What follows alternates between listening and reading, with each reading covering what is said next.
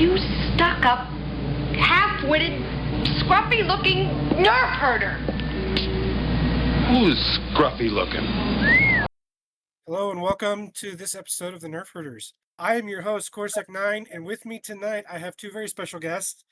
The first of which is MSU fleets are feared up and down the eastern seaboard in any convention he attends. It's Jason Dedrick.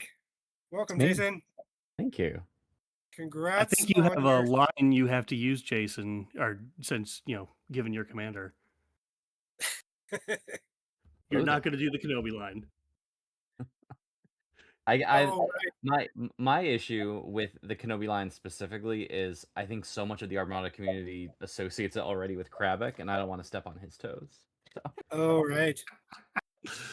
No, I think you own Kenobi now. I am contractually obligated to play him at least for the rest of the year. But now that we've experienced a lovely devolving of the conversation this early, you're welcome. Yeah. Hey, now that we know that he's the best Republic Admiral and arguably one of the best, the best pre-arc Admiral, since they didn't buff him the way they did Draven. Well, our next guest needs no introduction, and to the best of our knowledge, he's one of two players who's made day three times. The 2026 World Champion, Chris Fritz, aka Truthiness. Congratulations, Chris. Thanks, man. Still doesn't feel real. I think this is only my second top 8. I think I only made it once before. Oh, wait, no, that's right, 2019. I forgot about 19. So you and Angry Ewok, Adam, are the only two people we could come up with. No, Larson's only been twice, I think. I believe Nick Larson was 23, no, I think he's right. 25, and 26. No, he didn't make it. He made day 3. He was second place, I believe, in 2023, wasn't he, with Bale? Yeah, Yep, so he 23, 25, but Nick wasn't this year. Nick didn't make this year. He was on the cusp. Oh my goodness. I think he was 9. Oh, he was so man. So not to devolve the conversation further, but he was probably a fraction of an impulse away from me dropping and having him play. Because, oh my God, Jason, you remember how rough I looked all day? You explicitly said to me as we were both, because we were the first ones at the hall, and I was bragging about how tired and terrible I felt, and you had been throwing up all night, and I had to beg you to not drop so that Larson could play. Yeah, because I think we're all terrified of Larson. A little bit because you jumped me again. Yeah, I was up at 3 a.m. I dry heaved right before we walked out the door, and man, my match with Jasek was I was so out of it. He was very patient with me, but he called me out on it about halfway through. He's like, dude, you're not even locking in properly. You're bumping shit all over the place. And yeah, I feel like ass. So I think about halfway through, I just had him start moving my ships for me. It's just so that it was, you can ask him about it. I was awful. I was absolutely awful. I was getting better as I was going the day, but I don't know if it was, I kind of think I'm going to start blaming the hotel room, because the hotel that Formander had us in was this shell of a building. I feel like there was a freaking dispensary literally right next to it, and the whole place smelled like, I don't know if it was cigarettes or pot or both, but I think I was getting sick from the fumes. Oh no! So, I think it was Eric. The airport, right? Yeah, down by the airport. I think it may have been another stage of Eric's Loki-ness trying to screw with me. Well, it did not work. It did not work. It did not work. But as a result, the whole day's a freaking haze for me. Well, let's start off with talking about your guys' lists a little bit first, and then I want to get into the games and your journey through Worlds. There was a lot of interesting things that happened. I was going to lead off with when we were going to have Adam on. Unfortunately, he couldn't make it. The shock that multiple of us had when we found that he was flying Akbar. Or I mean, not flying Akbar, but flying Draven. And then the next biggest shock was seeing Jason flying Obi-Wan, that was news to me. I mean, I knew you were flying Gar MSU. A couple years ago on the Amarda podcast, you told Fox and Kellor, and they had brought up that somebody was flying an Obi-Wan MSU, and they were super impressed by it. And you said you had messed with it a little bit, but it was a little bit off. It wasn't quite ready yet. But clearly you've changed your mind in the meantime. What changed your mind there? What changed and made him obviously a viable world's pick? Obi-Wan is a pretty new addition to the build. I give full credit to the idea to Drew Sackett, who, when we were Yeah. tinkering with the Tarkin version, he had messaged me. It was shortly before the actual East Coast Championship, and we were Yeah, I remember you figuring telling me out about that. what else Tarkin could do, and we discussed Luminara. We didn't really discuss Anakin just because I've never been very good at flying with the new Anakin, and he said to try Obi-Wan. And the first time Chris played against it was because the first time I used it outside of testing with Drew and with Formander with Eric Birch was at ECC. And even though Chris, you were able to 7 me there, even you and I were talking after the game that it really shores up the weaknesses Yeah. of the list that I had put together. But the broad Venator +6 consular IF build was a response to Jason Hewley crushing me in Worlds last year because I was tired of Akbar CR90s not being able to shoot through EWS. Yeah. Oh man, and you've done so well with this fleet, and the Obi-Wan just makes them just obnoxious enough to just hang on for like that one more damage that you need out of them off the time, and it just keeps adding up. Exactly. It's Specifically so against the big squad efficient. builds, like the heavy rogues that my MSU fleets typically struggle against, that Yeah, 1 damage per turn extra ends for up sure.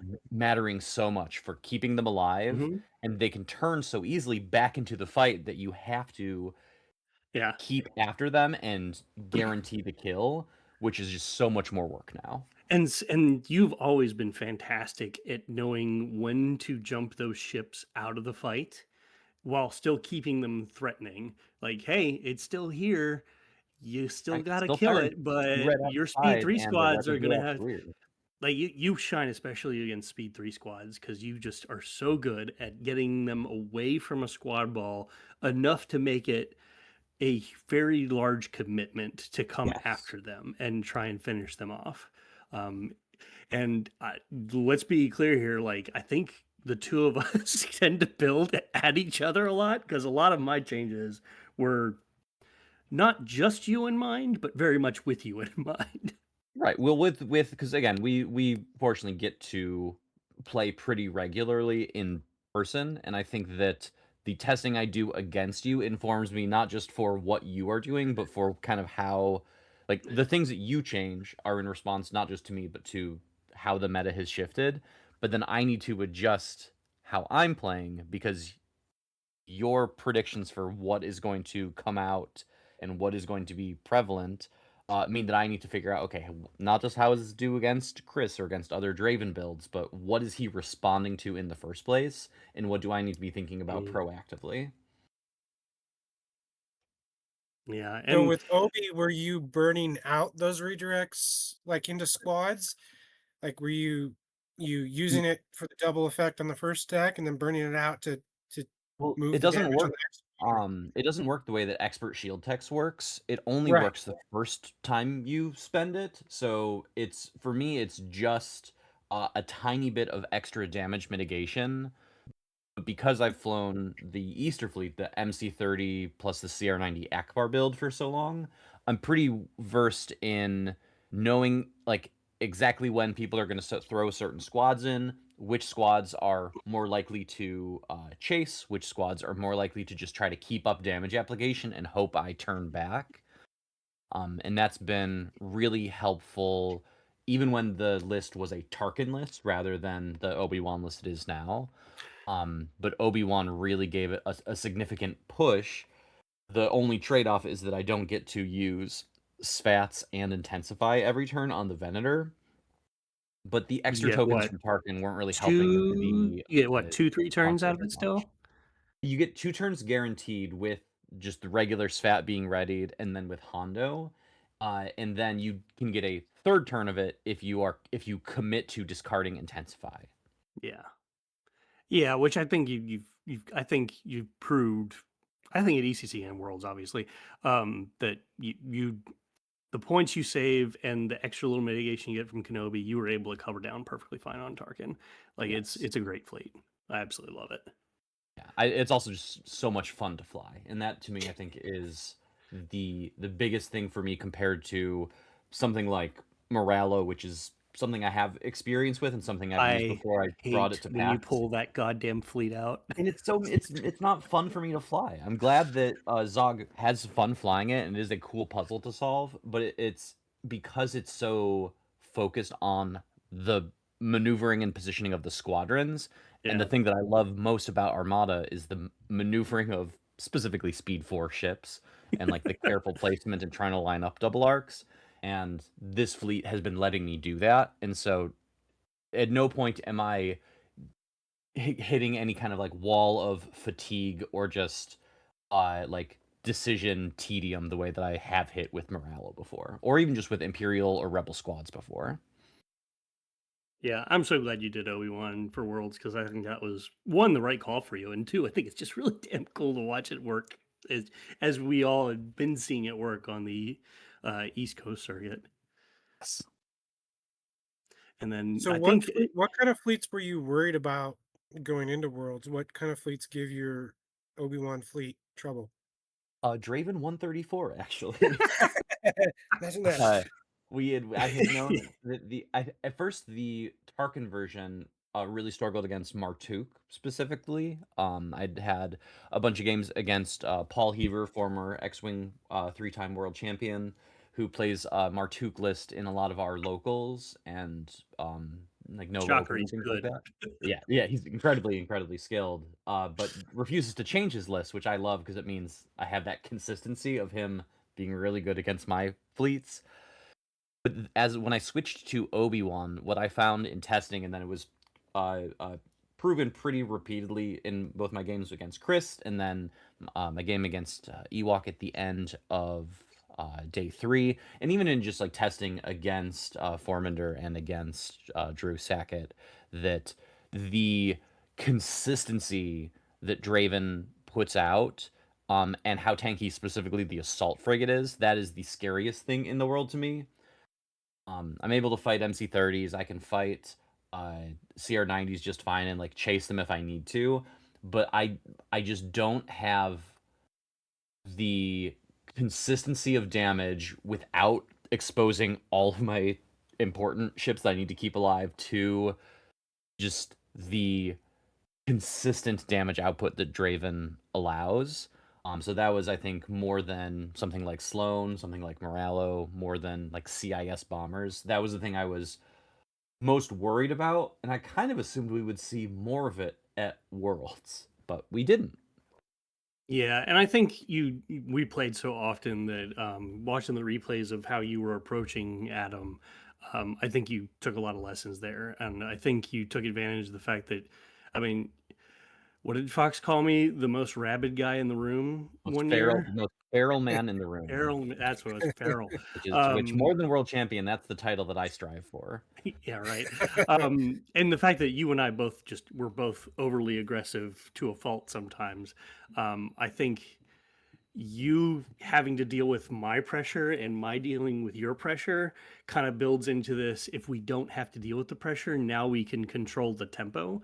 And I think that's something that you came close to doing really successfully against, like you did well against Adam. I think you could have done even better, but I think like, he set the perfect trap for me in turn like 3, and I just walked right into it. And yeah. Yeah. if I hadn't done that, again, I don't know if the game is that different. I think you still would have jumped me because I think Adam would have been able to keep it to a 6 his way. Yeah. But I really risked it being much worse than that. But like driving his Vendor squads towards are limited to speed 3. Did you end up playing Nick? I feel like you did. Larson? But Yes. Yeah, I played yeah, Nick. Adam had, I believe, some and that A-Wings was as well, didn't he? yeah, that was another 6-5. So I think like they're both more conservative. They kind of keep their things a little closer. Their squads are a little slower, whereas my ball explicitly started trying to lean into faster squads that can chase for better periods. So I think that prepared you pretty well to deal with kind of those slower, tankier speed 3 rogues. If that I makes mean, any sense. that's the thing that I've really cut my teeth on is playing against the heavy like speed 3 Imperial Rogue balls. And then because the old Akbar list was so bad at fighting YT-2400s, I had to practice over and over again exactly how far away I needed to be from them, exactly like how much concentrated single black non-bomber die I can take on a CR90 or a C70. Yeah. But no, I really liked the changes that both you and Adam had with, the addition of those A-wings. He also had Shara. He had the Skurg, which really did work the second it got near anything of mine. Yeah. And I think that I mean, I missed the Z95s in your list, but I do think it was the right call to not have them. Yeah, me As fun as too. they are. Like they're so fun, but so streaky. Jason, did you rewatch your match with Adam? Yes, yes. Unfortunately, I had a lot of difficulty sleeping both the night before day 3 and then after getting back to Virginia. So I was up all night, not throwing up, but rewatching my first streamed game the night before day 3, and then when I got home, I rewatched my first game against Reese, and then my game against Adam as well. So have rewatched both of those, unfortunately. Did you hear Greg's comments about your body language during the match? No, I did not. I didn't Oh, watch it with the volume on. What was my body language? well, so Greg was hilarious most of the time, and he was commenting that he got good at reading people's body language, doing stand-up comedy and stuff. And so he's like, "Yeah, man, I've never seen anybody so locked in and confident that they have the situation under control as Jason is right now." And that went through like round 3.5 when you started to see the trap that Adam kind of laid for you when you turned in with the Venator. And he's like, "Oh, I don't know. Now it's starting to slip a little bit." So it was really interesting hearing his commentary on that because we couldn't really see you on stream too much, but he was commenting, and then he said Adam was much more contemplative and really thinking about what he was doing, and then he felt like the scales were slightly starting to tip, back the other way as the match went on. I just thought it was interesting, and I was wondering if you felt that was accurate, or were you feeling pretty confident in the first couple of rounds? Definitely not. Definitely not. I think that I had a good idea that either Chris or Reese could theoretically jump me if they got a 10, which was perfectly capable of happening in either of those games. But I think for me, I was just focused on I had not had the chance to play against Adam for a very long time. I don't play online, and the last time we'd been matched up in person was at Richmond Open 2022, so almost 4 years ago. But I'm very familiar with like how he plays and how well he plays. I was focused on just doing my best and trying to put in play again the lessons that I had learned practicing against Chris's Draven in the weeks before. Right. At no point did I think I felt confident. I was having a great time. I was having a lot of fun, which maybe can be read as confidence, but definitely was not confident. But I think that the moment I realized I was probably going to lose, and then started making several errors, which I have beaten myself up about in round 4 specifically, not just turning in the Venator, but a couple others, with like token placement and assigning commands to the ships that could have rammed his flagship, which again wouldn't have turned, but yeah, giving it a con fire when the ship was obviously going to be out of range, it was silly. but there was one moment where I just saw the trap like laid out in front of me, and I was like, "How is he so good at this game?" It was infuriating. He is It's the such a fun master of traps, man. Like that's every single game he plays is, he's got a trap. And somehow you talk yourself into going, I can get out of this trap, and then you don't. I mean, I knew I was going into the trap in turn 4. My thinking was just, I can tank the turn of damage I need to make sure I'm still killing his escaping CR90 that wasn't the flagship. And I was right that I could kill it, but I was not right that the vendor could delay getting shot by a turn. Mm, And yeah, that'll do it. it was a work of art. It was incredible. Yeah, that game was super interesting to watch, and it was a lot of drama, and everybody in the chat was speculating and trying to tell Greg what was going on because he didn't really understand. It was really fun. So what games really helped, did you feel really helped propel you and give you the momentum to get to day 3, whether it was like day 1 or day 2? What games stick out in your mind, Jason? I'll be honest, with the exception of my game against Zog, the Moralo game that I had on day 1, where I made a pretty crucial error early on and then didn't move as quickly as I should have because I, having not played a lot against Morello, but having played with Morello, was a little concerned that he was going to do something I wasn't expecting, and I played it a little more cagely than I should have. I think in most of my other games on both day 1 and 2, I got very lucky. I don't think that I played them as well as I could have, in part because normally I'm a very aggressive player and I try to fly as quickly as possible. And a lot of my opponents did the exact correct thing, which is to play very cagey and very deliberately. But like my game against Jacek that I was able to keep down to, I think like a high 6. I got incredibly lucky against him. I got very, very lucky killing his me MC. too. Good Lord, that guy's luck must have just been awful all weekend. Like, not to skip ahead, but my God, like, there's so many different ways he should have beat me on day 3 that it was all dice. It was just all dice. Yeah, and his dice weren't bad against me, but my dice were incredible against him, and like rolled exactly what I needed. And same in my game against Bodhi at the start of day 2, incredibly lucky shot right at the end on turn 6 to kill his Patriot Fist. Like it's I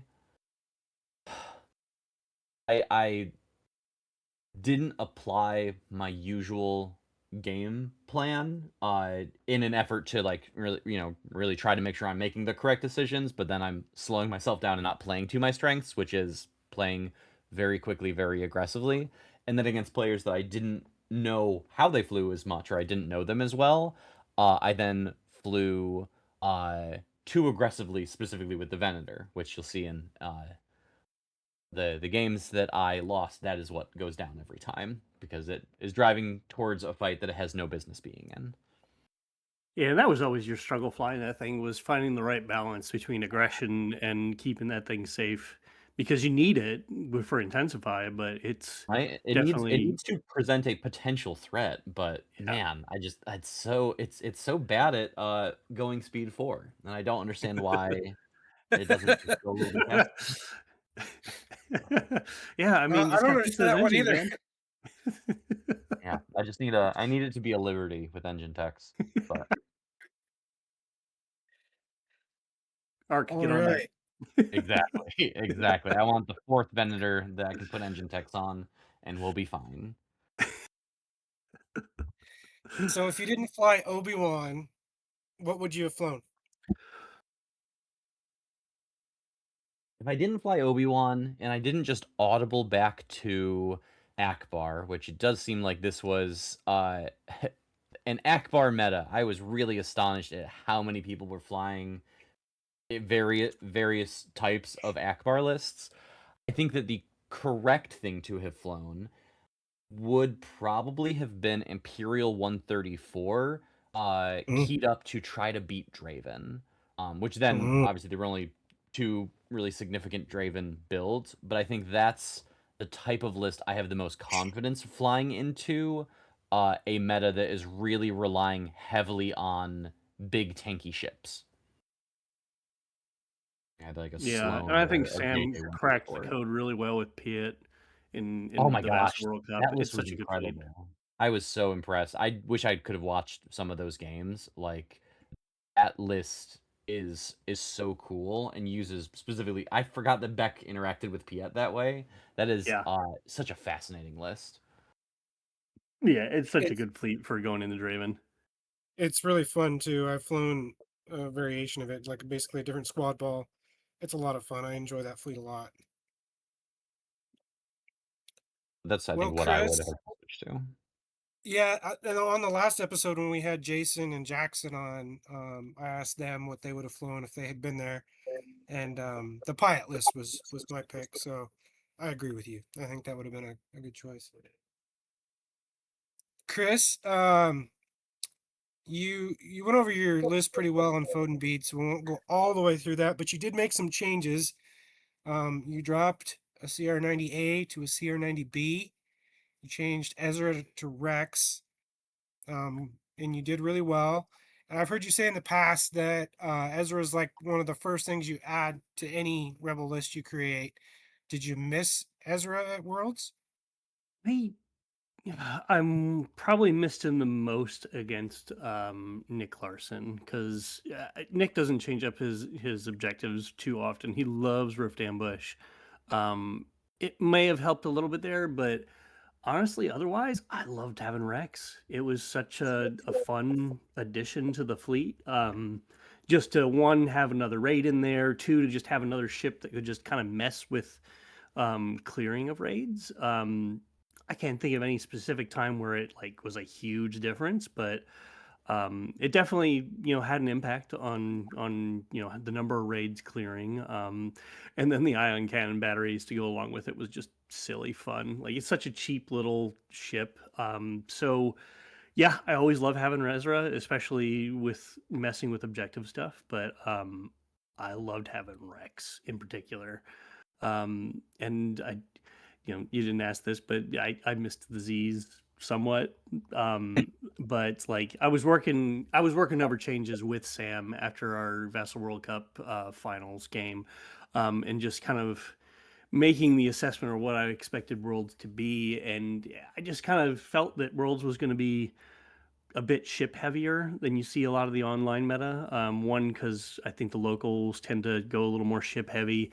Two, I knew that my own local meta was going to be ship heavy. Like Drew and Jason. They're never. I very rarely see max squads out of a good chunk of my local meta, especially the one that travels.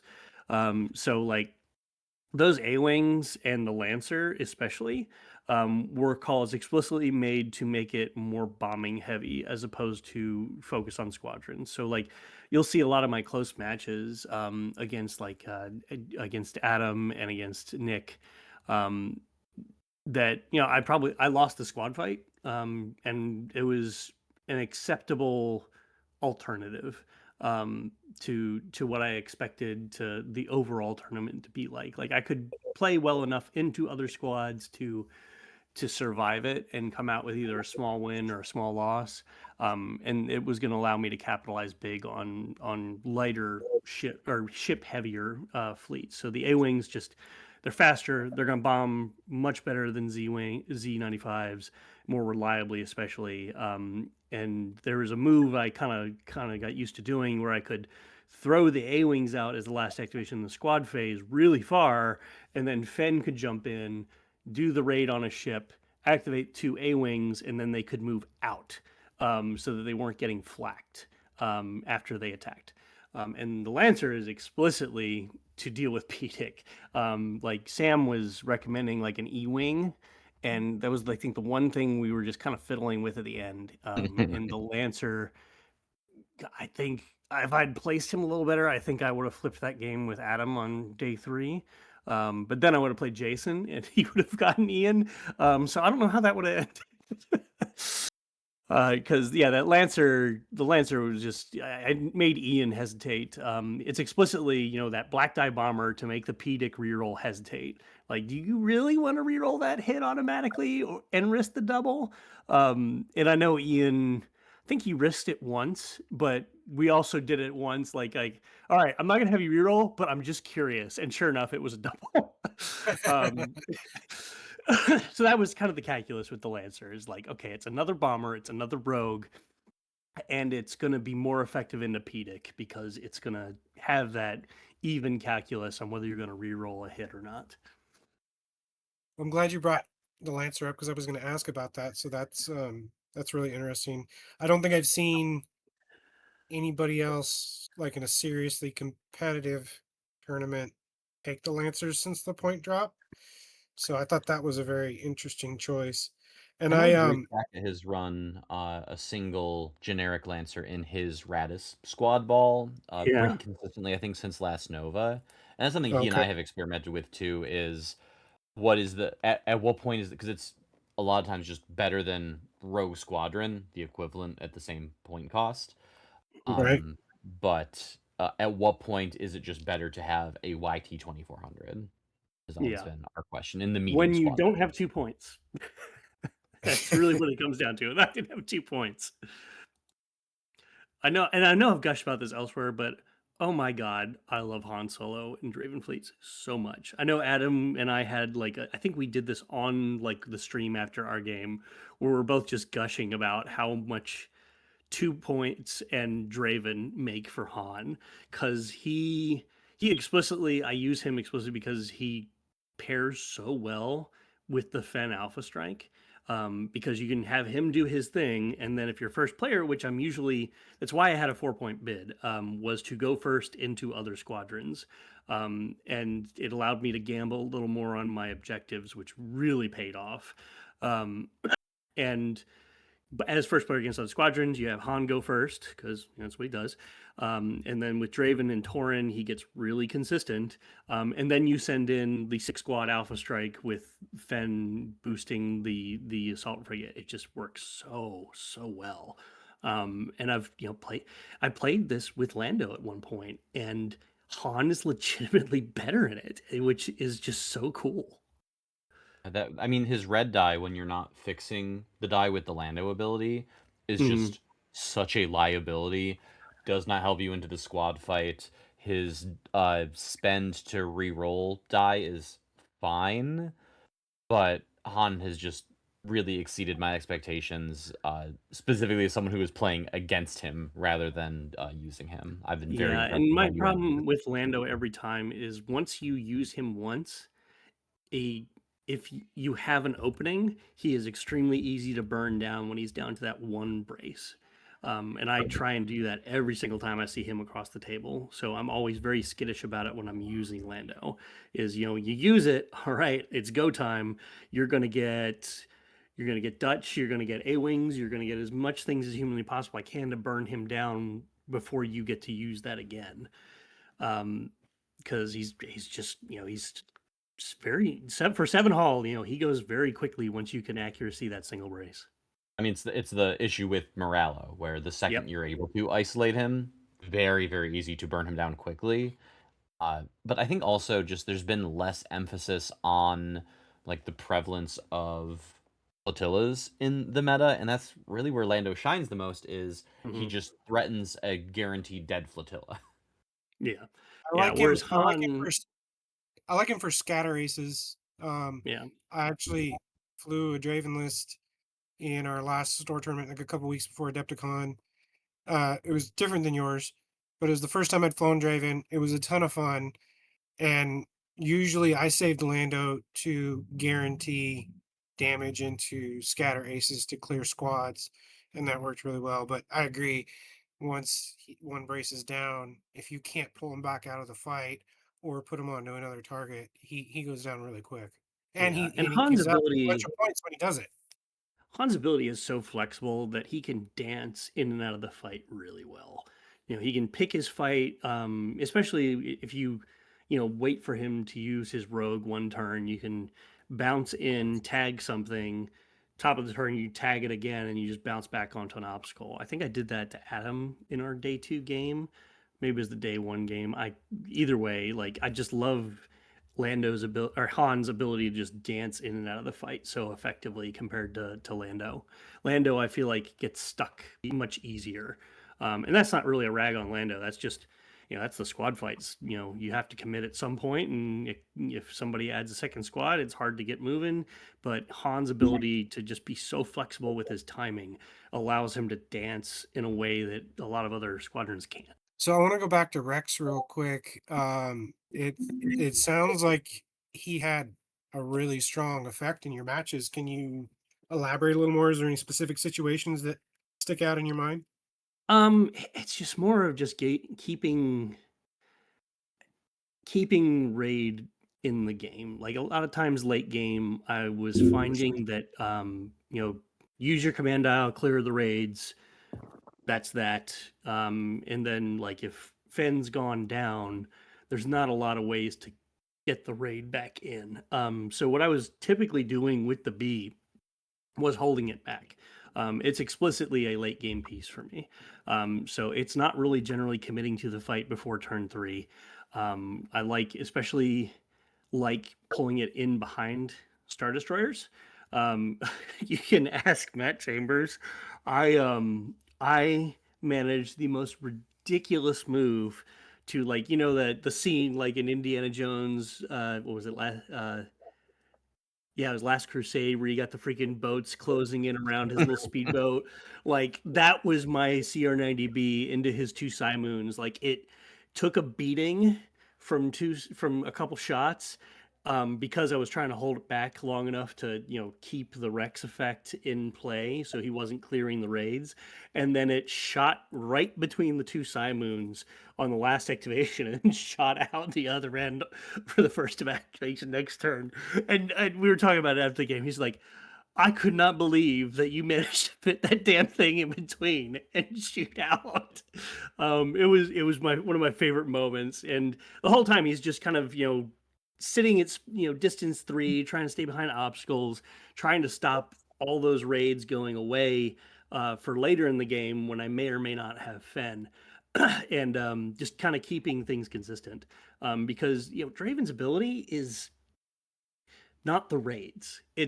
Honestly, I don't even rely on him to have much of an impact on what commands my opponent's doing. Like I don't think I really can remember a moment where the raid itself like really prevented somebody from doing something they wanted to do or flying off the board or something like that. It's really honestly he's more of a marker. So I've always felt every time I played him, I need another way to apply, and Rex just kind of is another way to apply and a way to keep things on the board. So I can't. That's the only real moment that sticks out in my head where the ship itself was just a memorable moment, but it's just more about that grind of keeping the raids on the board, keeping the markers on the board, making them choose when to prioritize things to clear. Nice. So, you spoke with Jackson on Foden Bead about needing luck to make day 3. How, where, when did the luck kick in for you this year to get you to the finish? Oh man. So one, I think some matchup luck. Like I can't deny that. Like Right. my very first game was against Matt Ansley, Gilipalian, and the poor guy has not had much time recently to play. So like I always like to have a warm-up game the night before at least, just to kind of like get my head in the right space. And he hadn't even decided on what fleet he was going to fly. So I was like, Matt, you're playing me. Let's get warmed up. And then we got paired with one on the first day. So we're literally playing almost the exact same game again because he picked, like, he liked the fleet he was flying, even though I beat him pretty badly. And we made some alterations together that I think overall helped him throughout the day.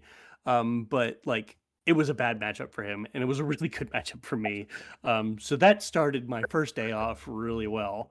And then I beat up on poor Matt Chambers, and I gotta say, major credit to him for bouncing back each time.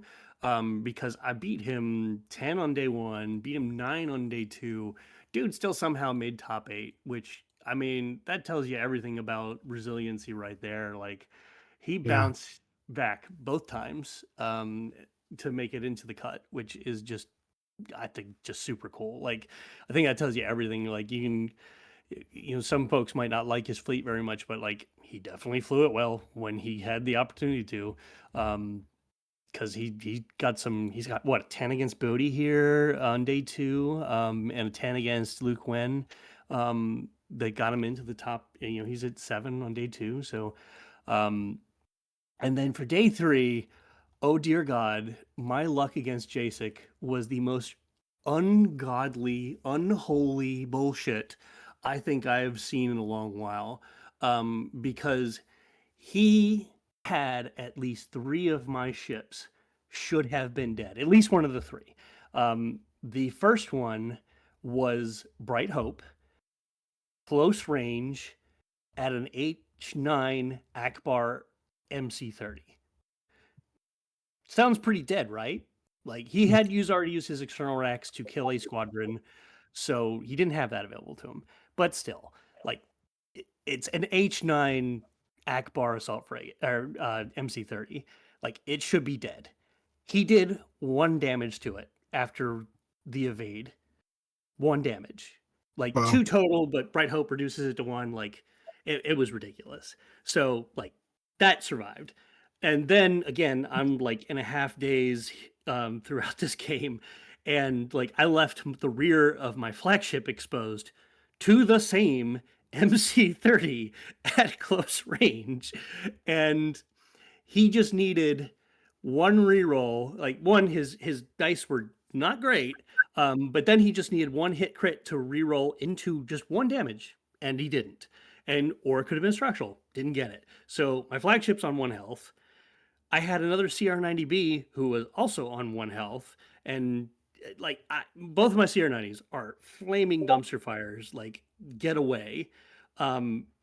If either or both those go down, it's a completely different game.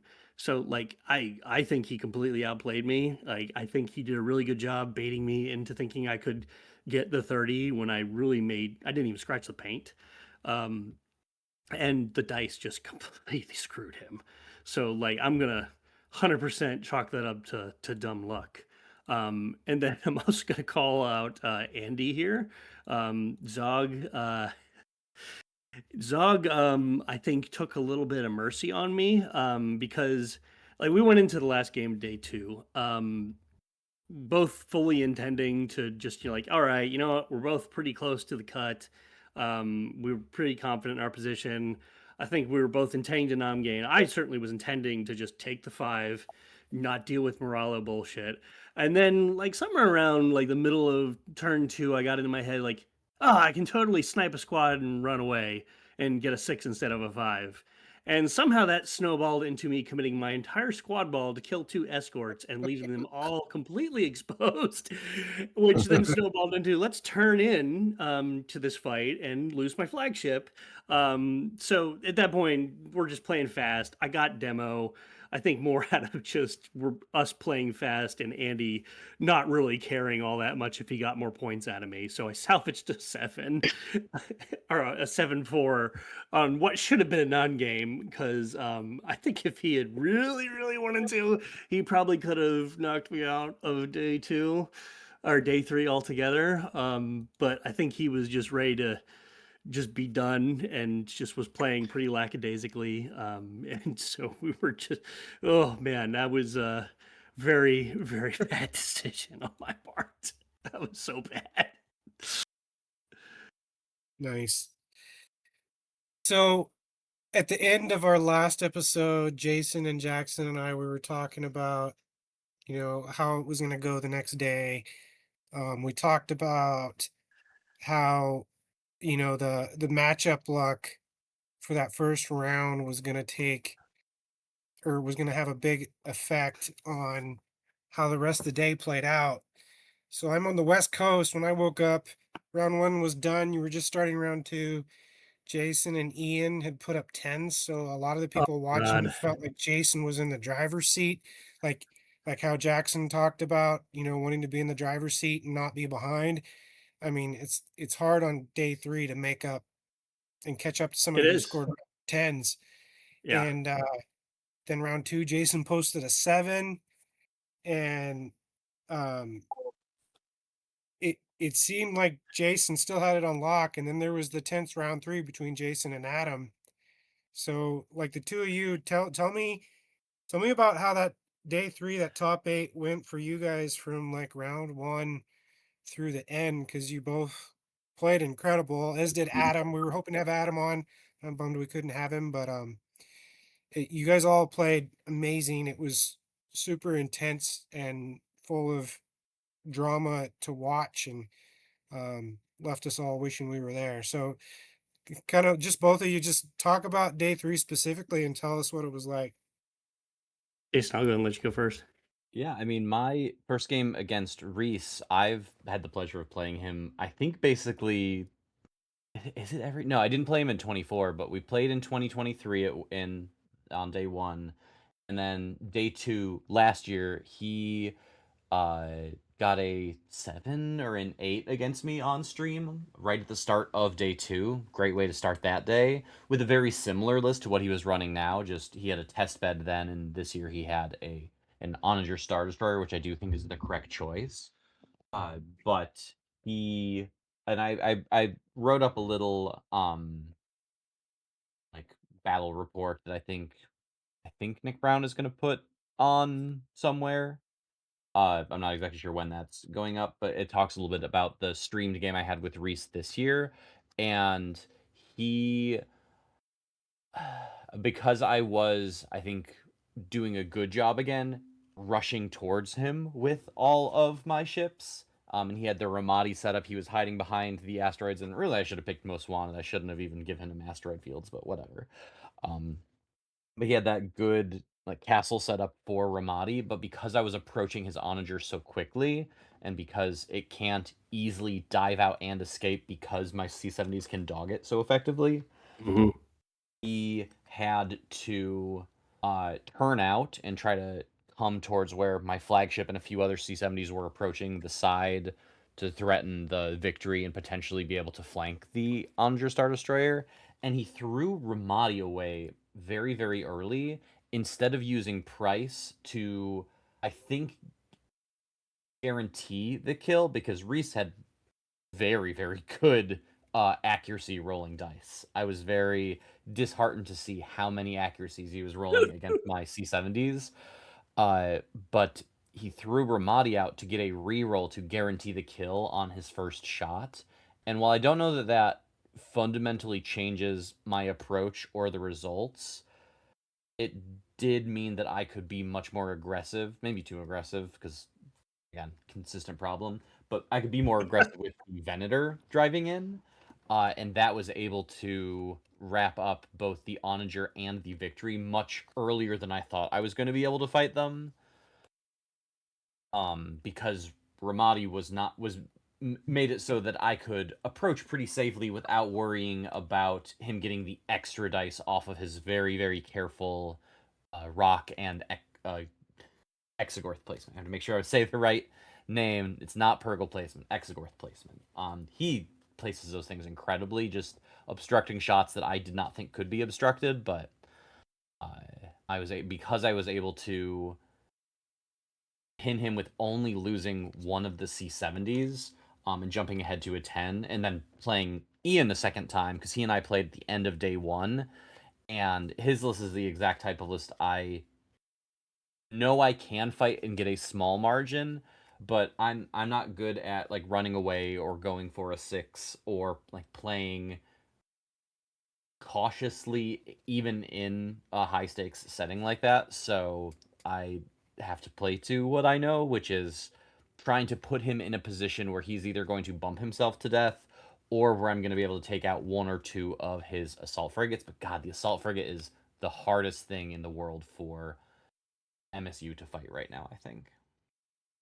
And he had 2 of them. Yeah, man. And home 1. Oh, God. God, God, that Adam and I, after seeing those freaking round numbers from you and Ian, and then knowing we were gonna fight each other, we're like, oh God. So I think the two of us just kind of went in with we just got to go in and try and keep it close and pray that you and Ian are somewhat close too, and then hope like Adam and I have played enough times and our lists match up so evenly that I don't think either of us really expected we could get much more than a 6 or a 7 out of the other. 'Cause Like you I both used, played ECC, right? In yeah, the third round? Yeah. yep, yeah. We every single game we've played. Now we played day one. We played day three, and then we played at ECC, and every single one of those games have been sixes, one way or Oh, another. Yeah, so like I think both of us went in knowing like it's going to be close. We got to just hope that Jason and Ian stay close, and then we swing for the fences when we have a better setup later on in the next round. Because it was, I try like I even tried gambling on my own objectives, like against my usual rule against other fighters. Because I thought I might be able to pull him out of his Gallant Haven ball with my fighter ambush, and it kind of worked. And I think I made like such a weird thing to say is a critical mistake, but I left the generic Lancer double arced into flak. I Mm. think that was honestly the difference between getting his flagship and not, because it made it away on like 2 health, and I had Ketsu dogging it the whole way. I think I got 1 or 2 fighter ambush tokens on the thing, but if I manage to kill it, that flips the game pretty significantly. And I did manage to get him out of the Gallant Haven ball to a degree, not enough to really tilt the squad fight my way. So the aggressive bombing against his ships was the way to go. And it may have worked, but either way, it was never going to be a 10 for either of us. Like we played too often. Adam is too cagey.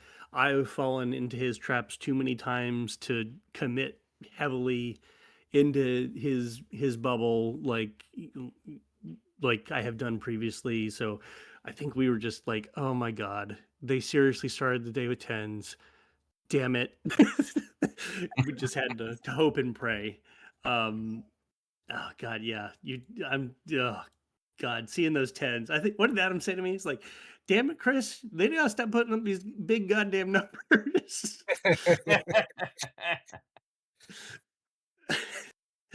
uh so yeah, like it was I think the two of us kind of just needed to escape round 2, and like I think both of us felt better going into you and Ian than we did to each other. Um so it was really just going to be a matter of who was playing Jason, who was playing Ian. Admittedly, somebody from the lower tables could have jumped us too, but I think that was kind of the attitude we went into with that round 2 game. I would like to see that Chris versus Jason match. That would be interesting to watch. I mean, I'll tell you right now, I've seen that several times and it doesn't go well for me. Yeah, but I feel like you've learned enough that I'm not sure I could have done the. Admittedly, then I don't have to make as big of a score if Adam doesn't do as big a score, but I would not be confident that I could get enough off of you to not have Adam jump me again. So if you're not aware, this happened in inverse at ECC, Yes. where Jason and I got paired the last round, and we played. What was that? A 7 or so? I just looked it up. It was actually an 8. It was, I 8. think we were thinking it would have been a 7 because I think Oh, when it would we have been a mixed it 6 up, if you had rammed the assault frigate yes, to yes, death. I That's what it missed was. a very crucial and stop me if this sounds familiar. I missed a ram on the flagship right at the end in round 6. If anyone's Yeah, ever heard of anything like that yeah. happening, Well, and then maybe that is not your Adam got a focus really juicy area. matchup that same round, got a 10, and jumped to me, even though I was 4-0 on the day and had beaten him the round previously. Were It's you literally flying the Obi-Wan inverse. in that one also? Yes, he was. Yep, Draven v Nice. Draven. Although your Yep. Draven was still on the assault frigate at the time. But that was a tough because you went straight from what Justin, Robin, Adam to me. So you had Yes. Yeah, I had gauntlet a at tough day. ECC. Not Yeah, that yeah. not that Reese and Ian and Zog are not obviously phenomenal opponents, but during a single day event, having it lined up like that was a tough day. Yeah. That was a Yeah. lot of great Well, players. oh my god, and to even and Adam, I think they acknowledged this at Worlds, but Adam went 14-0. Yeah. Oh my Yeah. gosh, because He he went won 14. his 3 games at the Nexus tournament as well. He was first Oh my place god, there. so he went 17-0. I think Yeah. did they factor that in 4-4-3? So yeah, that's 14-0 for the 3 Oh, okay, games. they did count it out. Yeah. Nexus 4 Yeah. days, yeah, 4, 4, and 3. Yeah. But yeah, I mean, the man's just an incredible Yeah. player. Well, and say what you will about 6 being more of a draw than a win, but it's still a win. Like he's finding those margins and getting those tournament points and making those wins. Well, And there like, weren't a ton of 6s that he played, looking at, again, the games that he was playing, that were 6s because people just didn't engage and it was a true yeah, tie. That yeah, like there were so many people at Worlds who were playing so cautiously and conservatively, and Mhm. I think that because he's so skilled at already using his assault frigate 90 squad ball with his old Yeah. Akbar list and with the iterations he's done on that, like he knows how to capitalize on that very effectively. I He think does. that more aggressive play, like what I do, even if I think that he is still favored into our matchup, I think that that presents more of a challenge for him, which, I think is also exciting for him, because I don't think his group down in like South Carolina, Georgia, tends to play quite as aggressively as you or I do. Yeah. Yeah. So then round 3, like, what were you thinking going into that round? I was just excited to play against Adam. I was just Yeah. 'cause we had talked about it at ECC. I was sad that I didn't get matched up with him at all that day. But I was very excited. I get so anxious about playing on stream, just because I know I am going to overanalyze my errors later on. Um, but yeah, no, he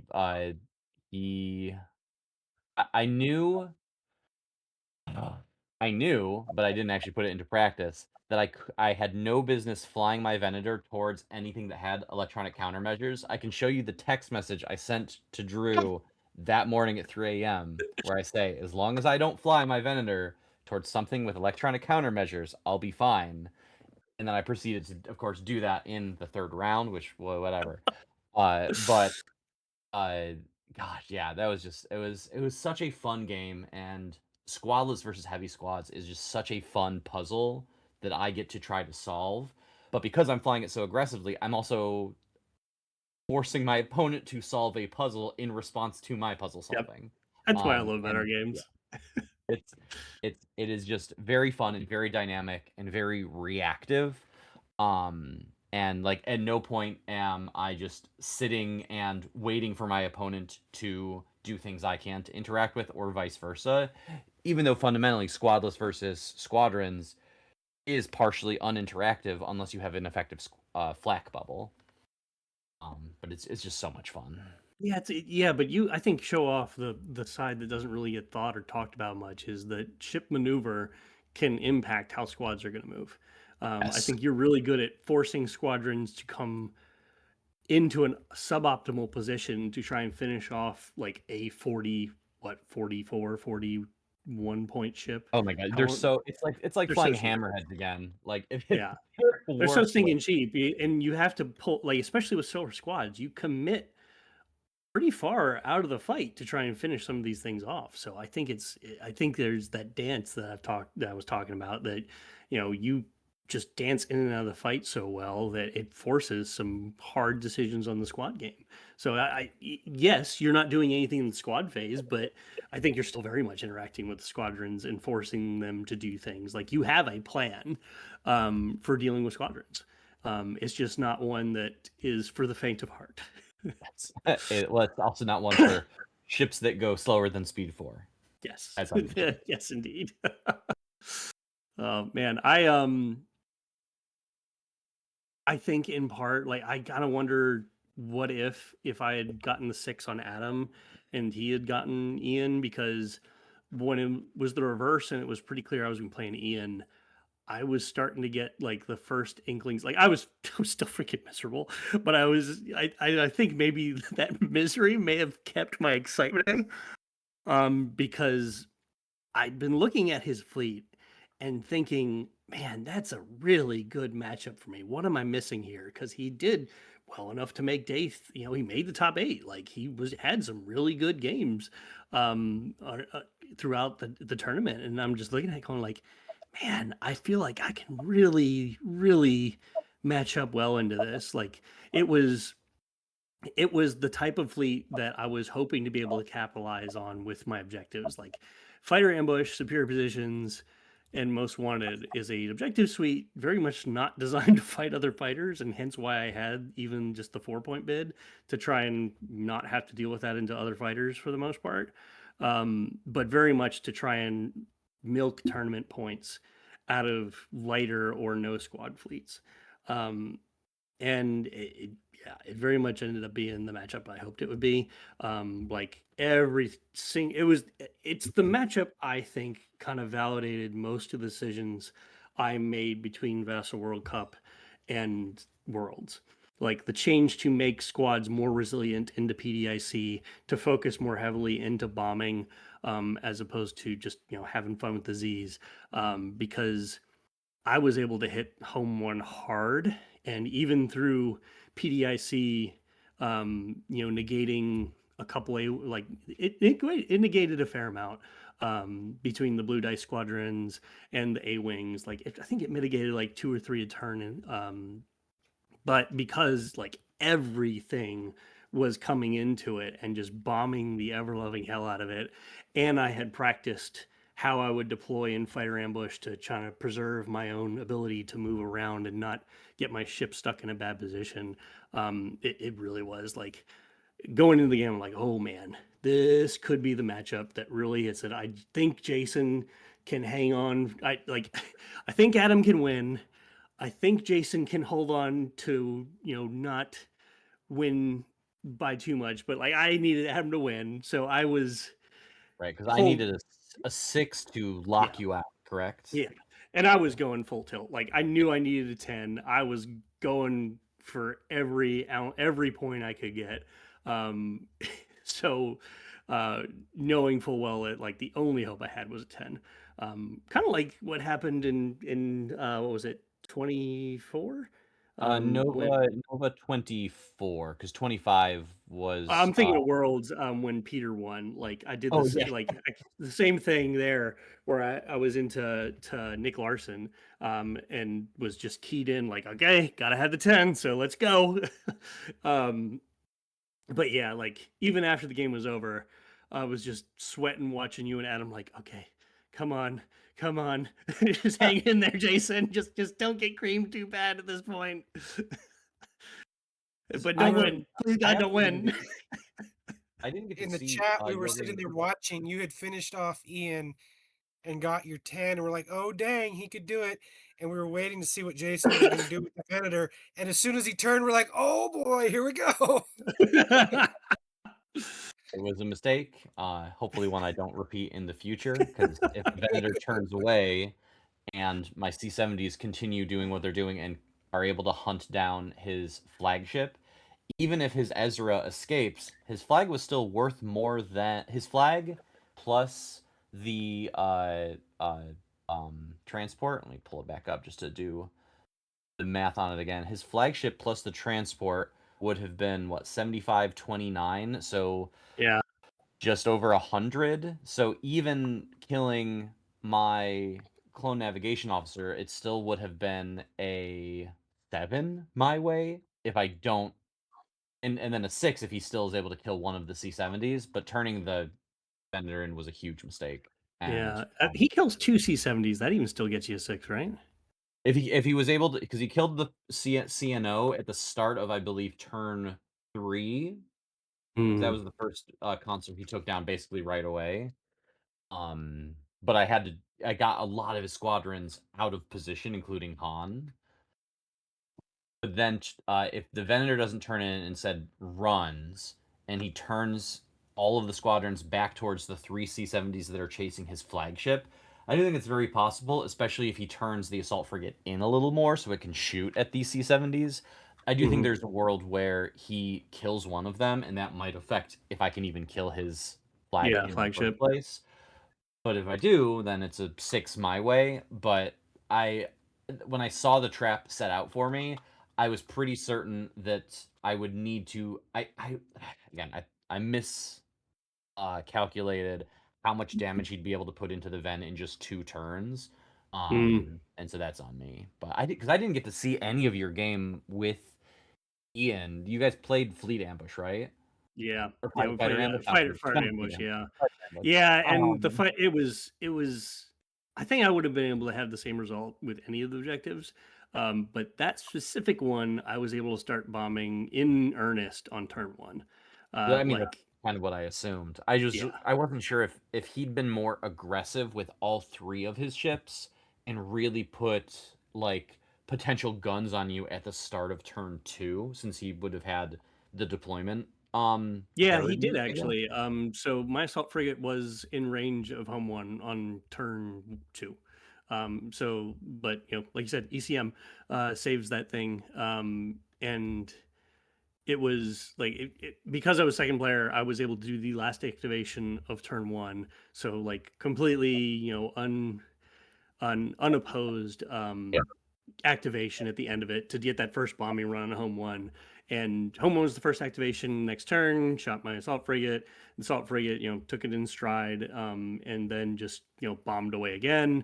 And his dice thing was pretty limited. I want to say it was just home 1 and then the DCTs. Yeah, it still hit pretty hard. I think he got a couple doubles in there, but it was ECM is really what saved the assault frigate easily. It just kind of stayed at long range, didn't get in medium, and then the CR90s kind of just hung out on the sides until home 1 was down. Survive, because even if home 1 or even if now that your Admiral, now that Draven is on the CR90 instead of the assault frigate, like you can do exactly what Adam does, which is just dive out when it looks like there might be a fight, and that's always correct. Yeah. And it was I actually ended up the opposite way, where I just kind of both the CR90s just kind of hung out a little bit, fairly slow on the periphery of the fight. So even the assault frigates coming in, I think he did go them a little slower than he should have. I think he only did speed 2 instead of just going flat out speed 3. But either way, like they're CR90s, they're going to dance and do what they want and just stay out of range. And as soon as home 1 was down, that's when I pounced in with the 90s to kind of, again, I was going full tilt, trying not to leave any points on the table, knowing I needed the 10. So the CR90s jumped in after home 1 was down to try and put as much fire into the assault frigates as I could. And then that's where the A-Wings and the Rogues also helped out too, because there was one, like I had one of them, it was never going to escape. Like the CR90s had that thing pinged down. It was taking shots from the assault frigate. But there was another, from my assault frigate. But one of them was starting to kind of peel out of the fight, was looking like it might survive. Ian, I think, was getting optimistic that he might be able to scrape that out.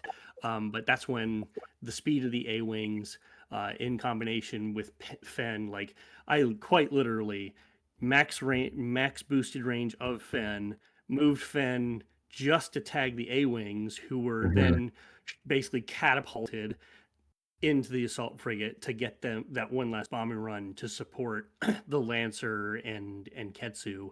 And was Han out there? I think Han might have been out there as well, helping out. But that extra little extra boost was definitely something that pushed it over the edge to get it there. Yeah, the reach of the A-Wings is something Adam talked to me about after our game, just how impressed he's been with what they can do in terms of just hunting down things that are trying to limp away, that are trying to sneak out of the fight with 1 or 2 hull remaining. And then they can just jump back into the fight next turn and you don't really miss much. Yep. Because Absolutely. you have other things that you're activating. Like it's well tuned. I was really impressed with both of your lists. Yeah, and it's similar as they look, they play very different. Both because we just have different styles of play. Excuse me. Adam and that Gallant Haven bubble, like he plays very tight. Whereas I'm attempting to spread out as much as I can, kind of keeping the assault frigate at kind of a stiff arm length. So while they look very similar, they just stylistically and just practically they play fairly different. Well, you both had an amazing run. Congratulations to you both. It was very entertaining to watch. Lots of good drama. I wish Adam had been here to comment too, because I mean, he played amazing also. Everybody in the top 8 did, I mean, but I mean, you three especially. So I do want to talk about Draven, though. I know we've talked about how you played him, but I wanted to just kind of wrap up with, um, you know, this is his first year in his current form eligible for Worlds, and he went first and third. Uh, is he overtuned? He's Um, fine. yeah, I think he may As be someone on the accused. receiving end of him to sometimes very painful results, he's fine. He's good.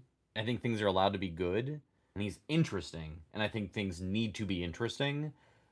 But he is not overtuned. He is not unfair. He's not letting you do much that Rebels couldn't already do. He just does it in an interesting and interactive way. That's my take. In a way that lets you use some stuff that's a little different. Like, again, Lancer, Han Solo, like Even those with are not Fenn, things.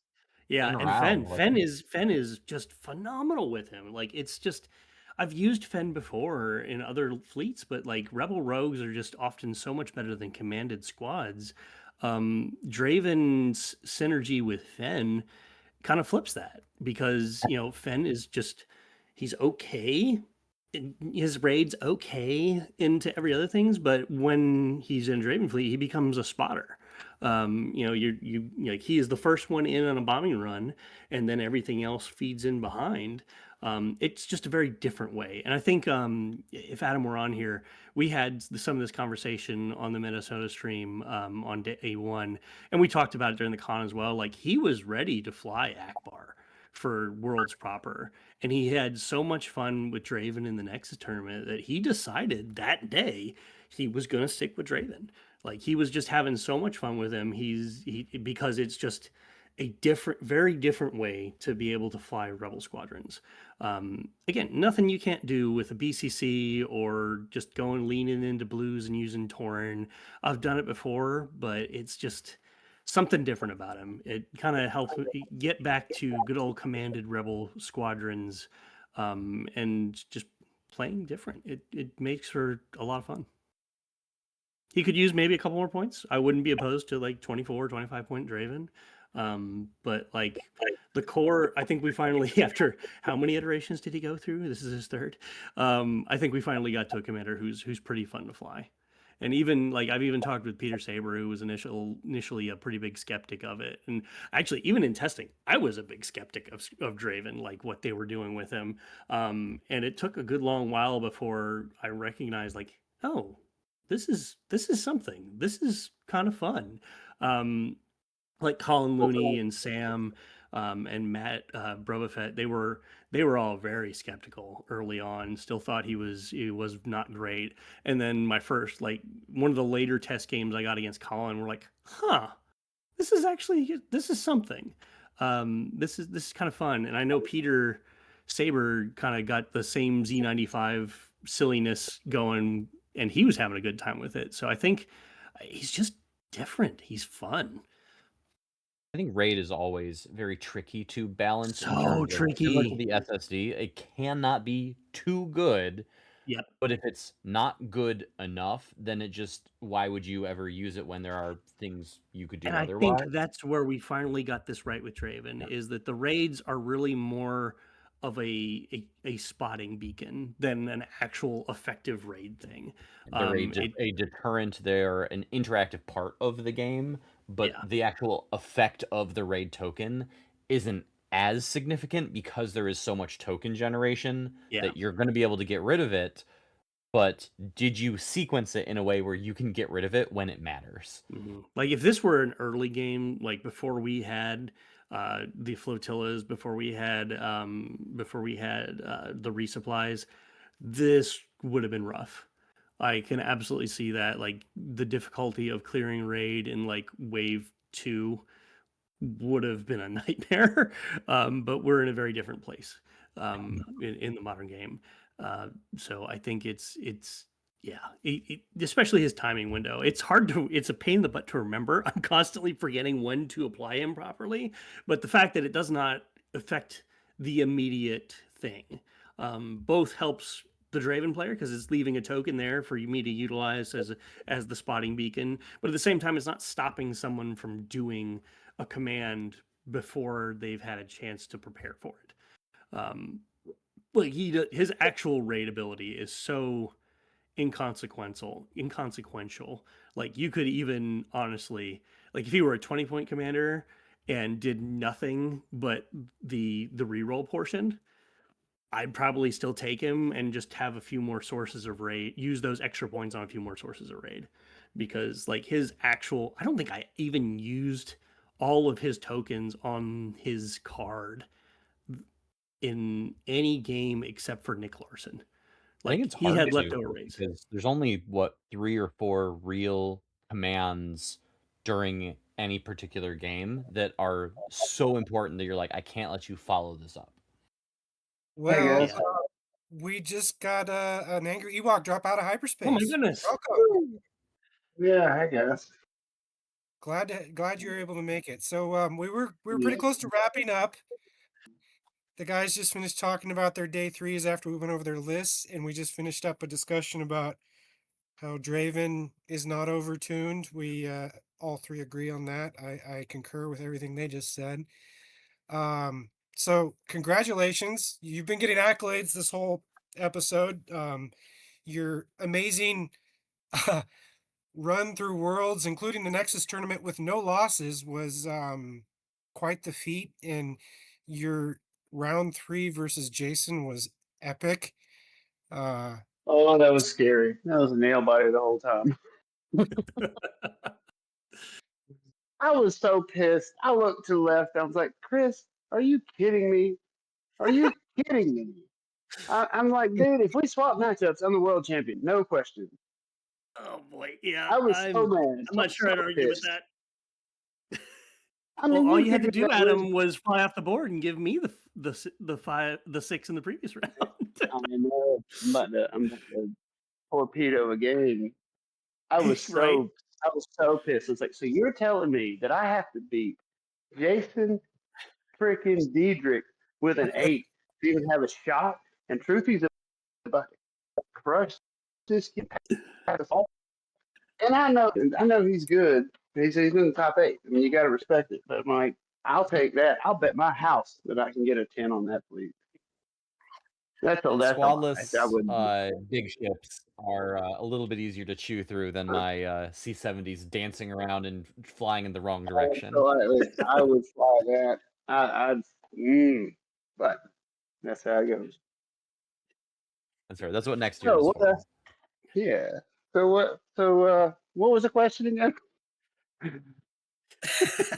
Well, we talked about a lot of the stuff, but obviously we definitely want to hear your perspective.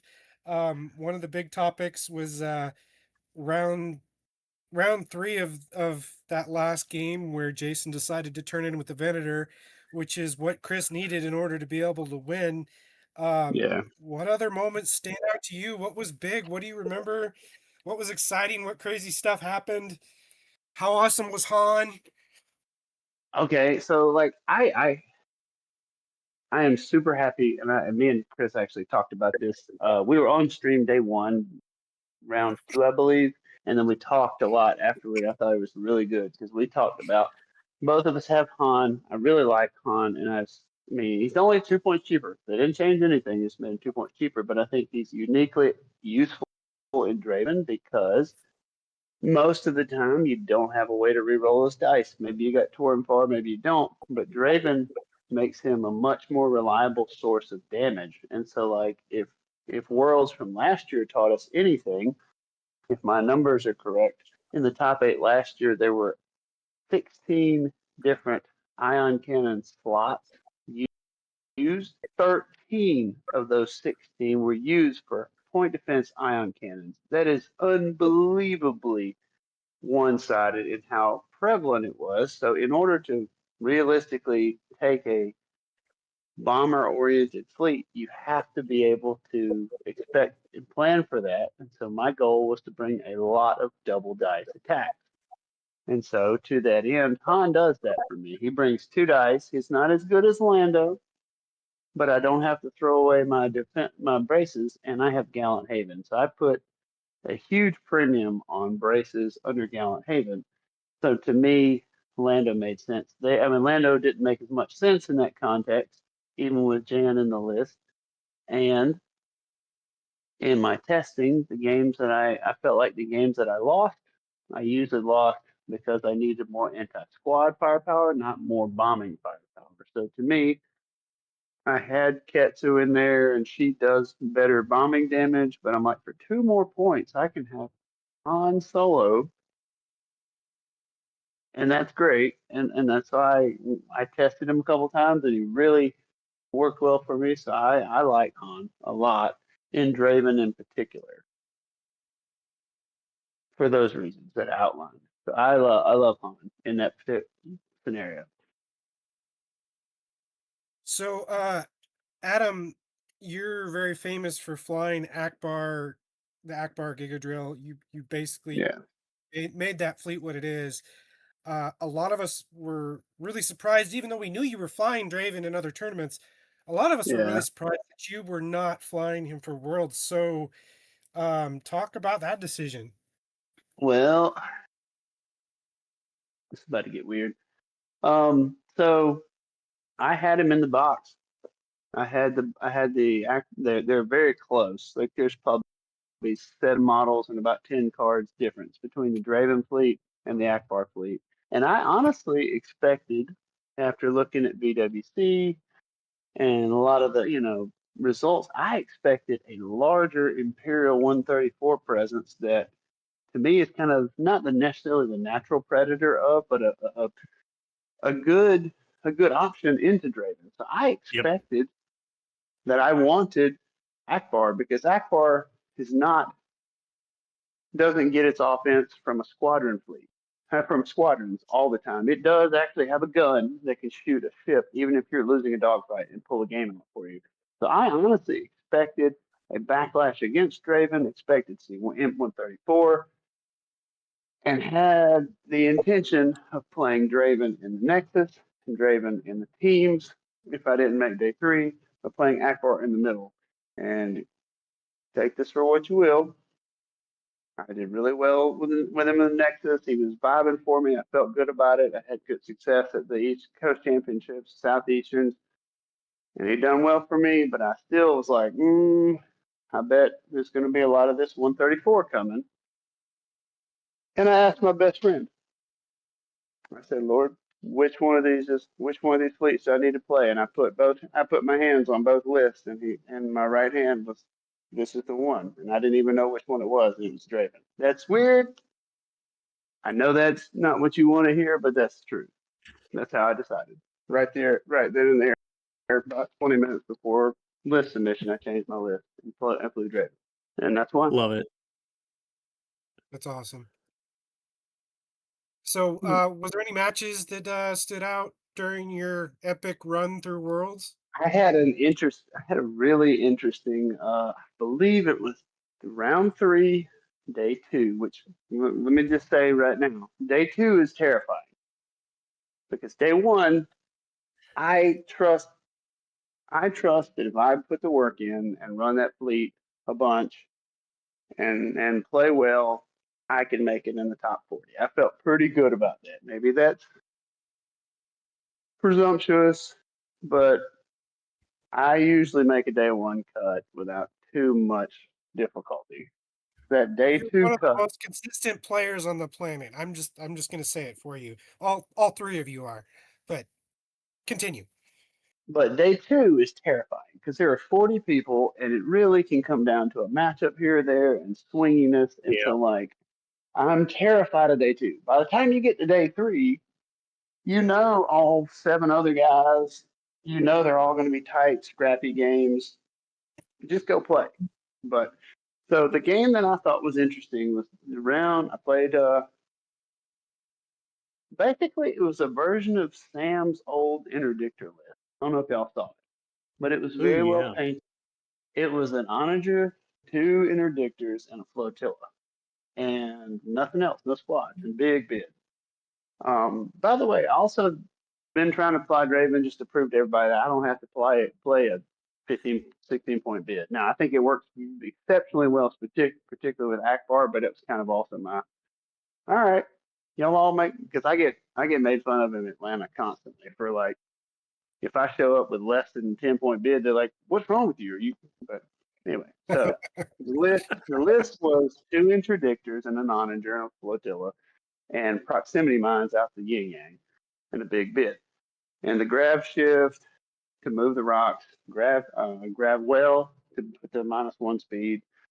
And so I'd seen Sam fly this. I've been terrorized by it, and I didn't actually fly into it, but I'd seen it and had the game plan for it a couple of years ago when he won BWC with it.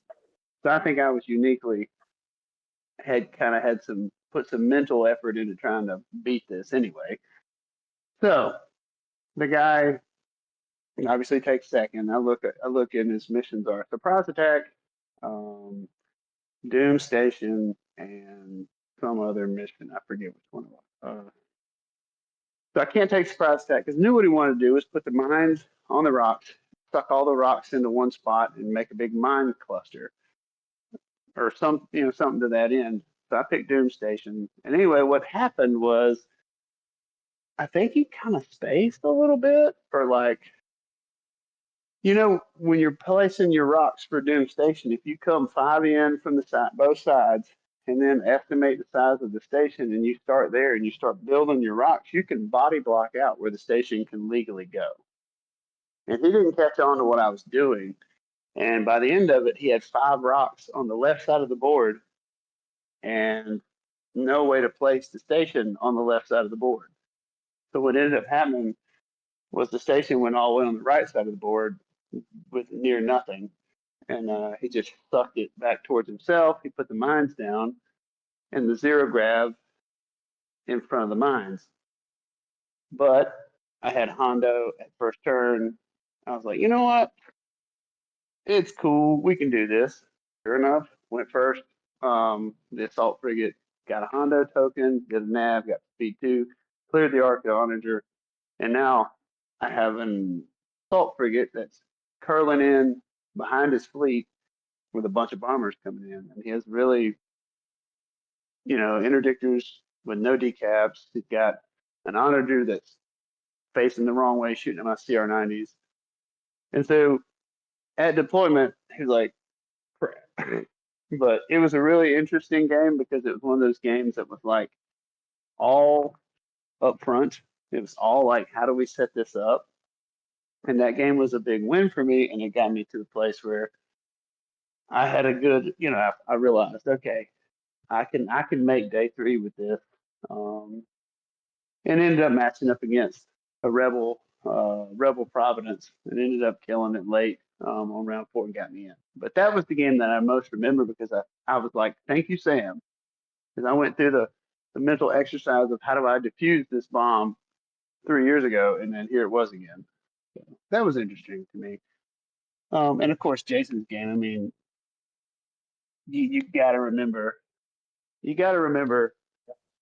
a game like that on stream and knowing the stakes, knowing what you got to try to do to put yourself in a chance in the situation. But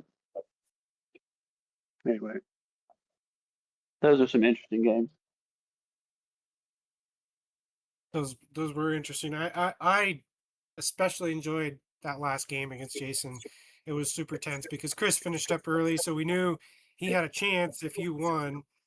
And then we were just waiting to see how the cat and mouse played out, and it was a lot of fun to watch. Very tense, very dramatic. So something that I think is really interesting, and I didn't really design it this way, and I just kind of bumped into it as I played Finn Rao more, and I don't know if Chris has talked about this.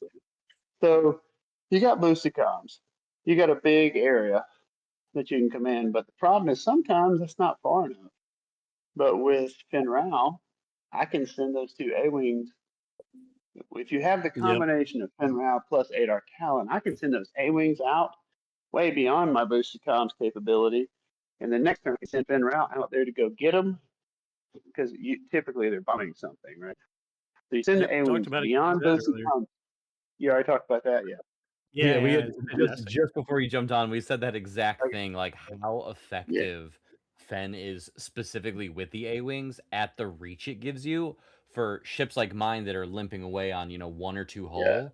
Typically, it's like, okay, Yeah. that's out of the fight. I don't have to think about it, but you can snipe them. You can jump after Yep. them, and it doesn't functionally cost you anything because, like you said, Fenrau can go out and get them, or they just move back in the next turn and you activate some of your other squadrons that are still just as dangerous.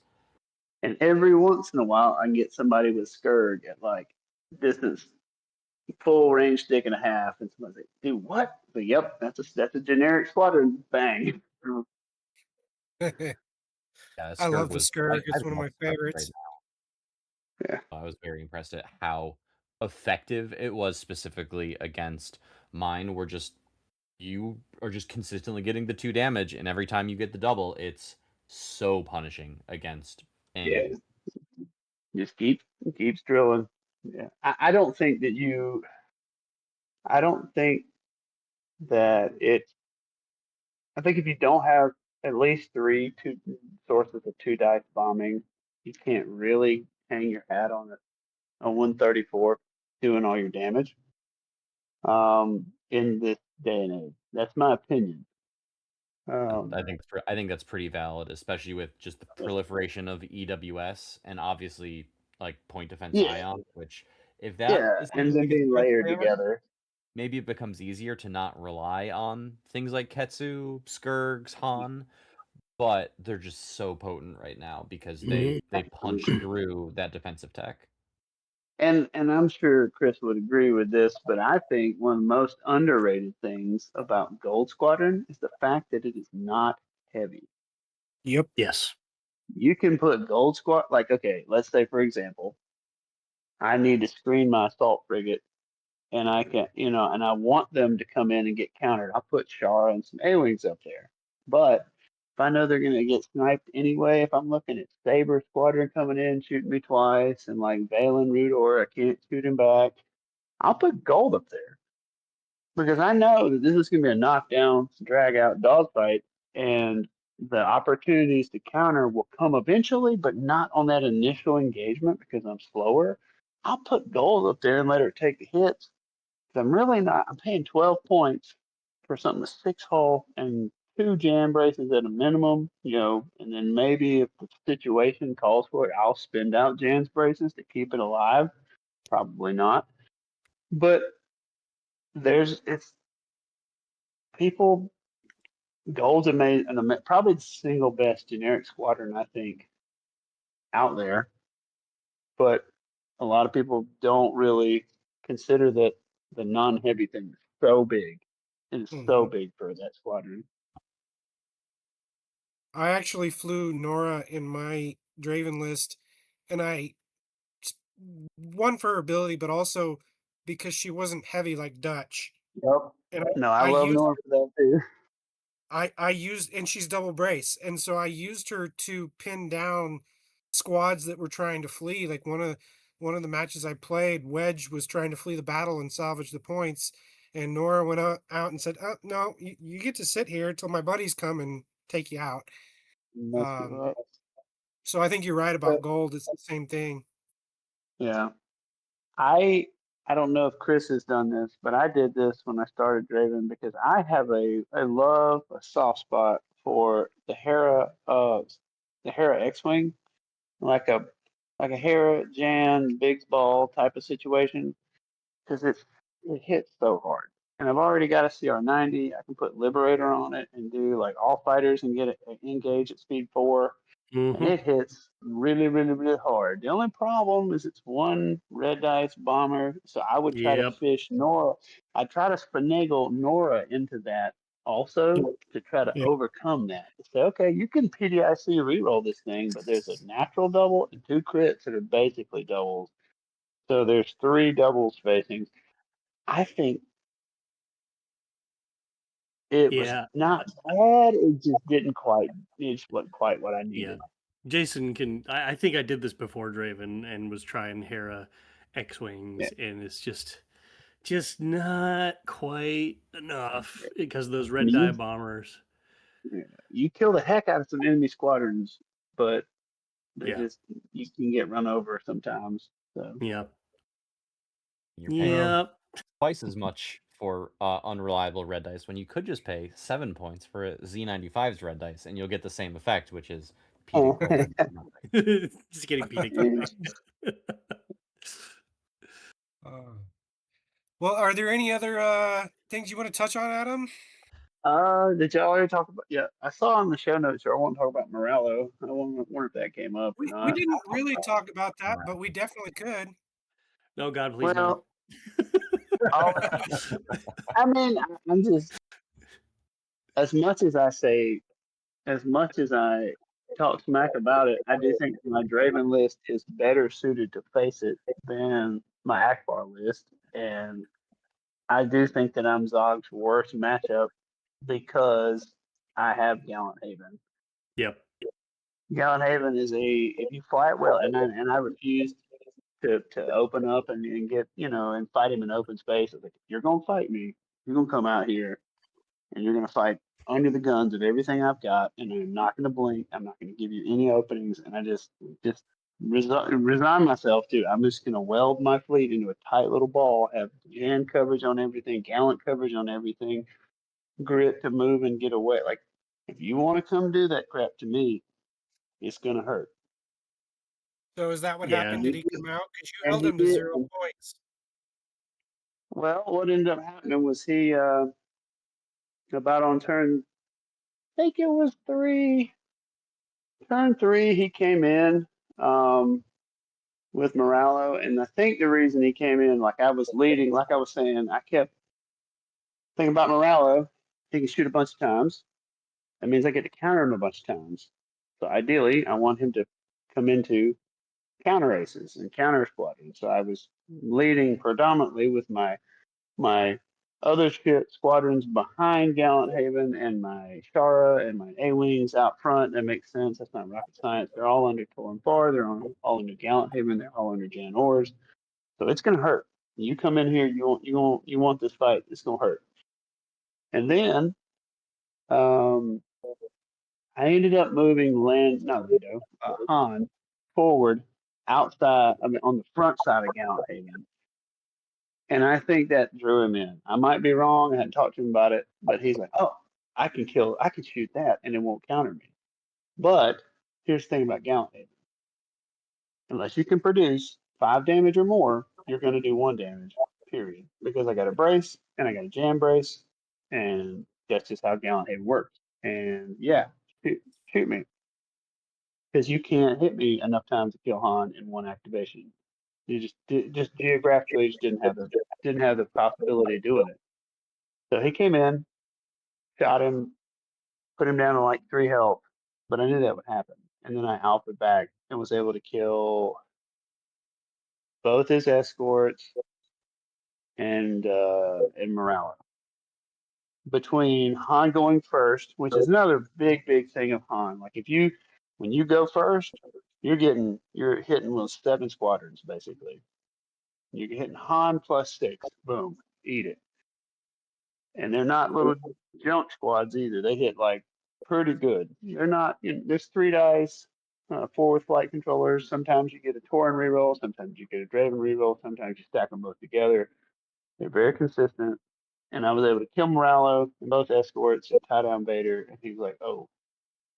So basically, what ended up happening was the Lambdas got out of there, and Vader got shoot up because I was able to put. Han was hurt, but then you just put Finn Rao over this. Okay, hey, escort, got to shoot him. Got Janor's brace, got Finn Rao brace, got Gallant Haven, Dark Lord of the Sith. Just cannot produce enough damage to kill him fast enough for me not to eat him. So that's what happened. I killed more than 60 points worth of squads, and looking at the angles, there's no way I could get more than that. So I was like, all right, cool. I'm just gonna keep rolling. Well, cool.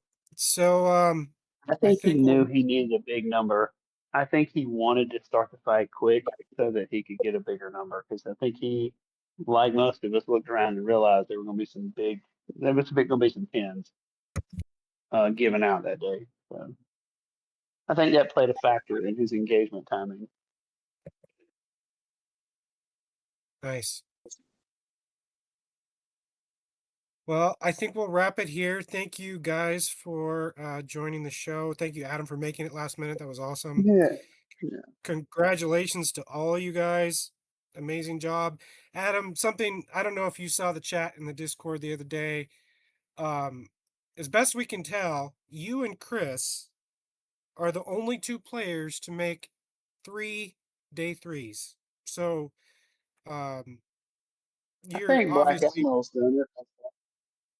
has he? He I didn't might, say he had. He was the one who actually started the conversation. okay, maybe. I know he's made 2. Yeah, I don't know. There's several that have made 2, but Okay. pretty sure it was only you and Chris that have done 3. And you've done 3 in like 4 years, which is super Yeah. impressive. I mean, if we're talking about a cut game, like my 5th place was before there was any kind of cut for top 8. So like I think Adam's the only one who's actually experienced to the top 8. Full 3 days Madness. of playing. Yeah. Yeah. Because that was 2019 when we did the Yeah. cut That was to before there top was a cut to that. 36 or And something. Yeah. the funny There's only part 2 about days. it, the funny part about it is that third day, everybody's just zapped. You just roll up and you just look across the table and you're like, oh, we're still doing this. But at the same time, you're amped because you're like, this is for all the marbles. This is why we came. Those are tense games. Yeah. Like I played Reese round 1 last year and he was barely conscious. It was like, I was like, dude, are you okay? Are you okay? Well, he's the drunken master. He hadn't had his drink yet. I think that's what got me the edge on him. Like he was sitting there, he's like, "I need a beer." About round 2, Yeah, I was he was like, too "Sure, we sober. got time. Go get it." Yeah, Oh, yeah, for me, I think I said this earlier, but I think part of what took the edge off of my nerves was just being so fucking nauseous that day. I was I so was fucking miserable. I was worried about you, man. You look like you're in a bad way, and there wasn't anything I could do about it. I Nah. was sad to play you in that state because I was like, man, I'd hate to be, but got to play, got nothing to, I think no it way it honestly changes. was a wash. Like I didn't have my nerves to inhibit anything because Yeah, I was too preoccupied thinking like, oh my god, don't throw up, don't throw up, don't throw up, don't throw up, don't throw up. yeah, Hard to overthink decisions when your brain is occupied by don't throw up. that's true. Yeah, just send it. Just fucking do it. Yeah. Well, man, I had a great time. I I love this game, and I will be back next year for absolute sure. And No question. No and question. without the rest of you guys, it don't mean much. It's going and playing It's with such a people fun like y'all community. and makes it awesome. Yeah, I'm very Yeah, this is optimistic that hopefully the West Coast folks are able to make it next year, and Yeah, that'd be great. Yeah. hopefully a few What more of happened to all the Radis people, man? I figured we'd see Patrick with a Radis, and like we got our little East Coast Patrick, little Drew Sackett guy, and he's good. But like, I want to see Patrick back at World. I That would think be. Drew I and miss it him. was Regor was the only other Radis that made day 2. Am I correct on that? I think so. It was just Yeah, there was a surprising lack of Radis compared to last year, a lot of and Yeah. acronyms, not a lot of 3 Radis, 3 Sloan, and I think it was only 3 a gate also. And those are yeah. 3 that you would have expected a lot more of. Oh yeah. I can't really explain the Akbar resurgence. I really don't understand what may have shifted. I don't think anything did. I think people just were feeling Akbar. But like, right. A lot of the players I was looking at who did like well with Akbar weren't players I recognized super well, so it wasn't like well-known players like switching to Akbar like as a meta call. I think it was just what yeah, people were comfortable with. yeah, and that's fair.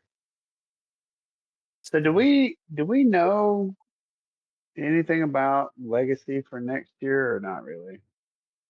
I don't think they've confirmed anything. I know there's a few things that are in the works. Speaking with Doty, speaking with some of the ARC guys, that there's some buzz around something called the community edition, but I don't know exactly what that's going to entail. But I know that a Yeah. lot of the events until Next Worlds are combining the Arc rule set and the Arc content with Legacy's Wave 1 and 0, and then Yeah. potentially Wave 2 when that arrives. Yeah, I don't know. Yeah, I don't think I can promise anything yet. But I know that it. You're not. I think everyone in the community is kind of in general pretty comfortable with Legacy and Arc together. Like ECC was that exactly Yeah. that. I don't think Absolutely. Had a great time. so. I would be very surprised if we don't get to some kind of version of that for the next year. Yeah. That's actually kind of a segue. There's a couple of tournaments that I wanted to shout out. One is in Ottawa on Memorial Day. They're doing Mhm. 3 rounds one day and 3 rounds the next day, and they're kind of splitting the rule set on the 2 different days, so you're going to get a little bit of both. There's we're call it a Norcal regional. We did it in the fall at a convention, but it was kind of amongst the holidays, so we didn't have a good turnout. But we're doing it again, same weekend, Memorial Day weekend this year. It's in Burlingame, which is it's literally right next to the airport. You can see the airport from the hotel. But turns out it's going to be like World's West Coast or something because we got Sam Simon, we got Matt, we got Nick Larson, Nick Brown, Jackson, uh, Andy Arkwelder. Just it sounded like today he's coming. So we're gonna have just about every single Vassal World Cup champion except Adam. Adam, you want to come out? Don't tell me we're a good time. So I'm yeah, just our looking locals to. are about to get schooled. Um, Yeah. but it'll be a good time. It was a good time last time. Yeah. And we will be doing Arc and Legacy content for that as well. So, yeah, it seems like most tournaments are kind of including both. So, And if we're in the business of shouting out tournaments, I'll say too that oh yeah, the Richmond Open is coming up right at the start of May on May 2nd. It's the only event that I don't get to play in because I have to run it. Because even though Adam beat me in the finals at the first one, I still won on tournament points, and now I have to run it every year instead of playing in it. Oh, you can't get somebody to play that. Yeah. Make Drew Uh, run it. but that is also Arc plus Legacy, and I'm very, very excited for it this year because we have that incredible Tater obstacle tray as the first prize, as well It as nice. is cool. a bunch of other really, really phenomenal prizes. And yeah, Arc plus Legacy, because that has been my preferred way to be running the game right now. And so Absolutely. I really like it. there's one more to shout out. I told Galerius I would shout out the European Masters. Oh yeah, It's Mhm. much further out in November 14th and 15th of this year. Yep, right They've outside of got London. they've got a Mhm. few tickets left. So if you're willing to travel to Europe or if you're already in Europe, go sign up and play.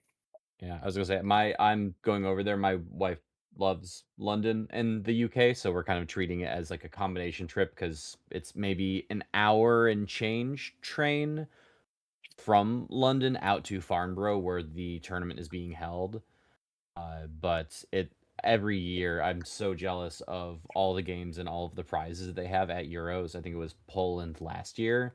So very excited to Mhm. get to go this year. It looks like it's going to be a phenomenal tournament.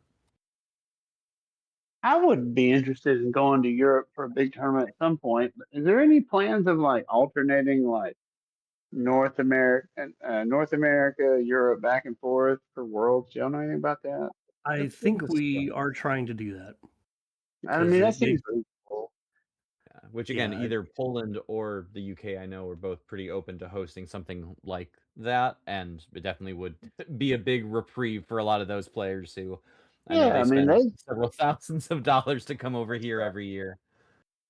I feel very fortunate that I can, travel to Worlds in my own continent every year. I feel like yeah, we should try to make some kind of to make it really be Worlds, yep, Yeah, which I think we should make an effort yeah. to bounce it back and forth. It There's seems no fair. company to anchor us to a continent anymore. So Exactly. I Yeah. completely agree. And if it's every other year, I can do that. Ain't no problem. I mean, I'm Right, good that with thing is, that. I'll still go to Adepticon even if it's not Worlds, but I I wasn't definitely. gonna say that on this because I was hoping I wouldn't show up and I'd just win it, you know. But yeah, Uh, well, Jackson and I had the FOMO going on. We're both gonna plan to try to be there next year. I'm planning ahead of time to start saving money to get out there, hmm and I really, really, really want to go out and meet some of you people that I haven't met in person. And just play and have fun. It looked like a I, blast. I think, and this is Chris's fault. I think I might try to paint an Armada fleet. I'm kind of if Hell they keep yeah. doing Nexus stuff, I'm kind of looking at maybe buying a New Republic or a Scum fleet for next year and not be the nerd that shows up and just practices his World's fleet the day before the event while everybody else is trying the cool stuff. Got to convince my wife to paint my CIS fleet to be the Soldier Boy colors to match Chris's. Yeah, Yeah, you gotta have that rival fleet. that would be pretty funny. Oh man, I'm so happy I did that. My daughter was ecstatic. I don't know. God, how did I even come up with this idea? Like it just popped into my head one day. It's like, hey, I have 3 main ships. It I mean, it looks worked. It nice. worked. It worked. Those Hanmoon squadrons looked absolutely incredible. They really Thank popped you. on the screen too. Yeah, I great. bet you got bullseyes on it. That's true. I liked your U-wing. I liked your Fenrir U-wing. I think I might pick one up for just for something different too. That's pretty cool. I've been Yeah, having a in lot my of head, fun. he was Cassian with Draven in my head. Yeah. Yeah, I like some of the alternate models that we've had on the table. They had, like you said, Adam. I love Chris's Ewing. Drew Sackett had replaced his Ketsu with Drew does such a great Susan job. Hallcraft, which Yeah. brought me no end of joy when she would tear apart my fleet with the double blue. But I like all the Sackett stuff. Those are all really cool oh my models. gosh, yeah, like his Mon Ramonda, and yeah, he's done a great job with, and he's got, because Formander got Admiral Tater to make him a bunch of Loki ship plates. Now Drew had to get his Radis fleet customized plates, and now I'm just looking at. I don't know how I'm gonna get 7 to 14 customized plates for all of my MSU stuff, but I've got to try to keep up with them. It's gonna be I tell you, I've always just shown up with a Tupperware box. I got that token organizer, and that was a technological leap yeah, forward for me to all these widgets, guys. Because you got I'm to show famous off. for just showing up with my little Tupperware with a bunch of stickers on it.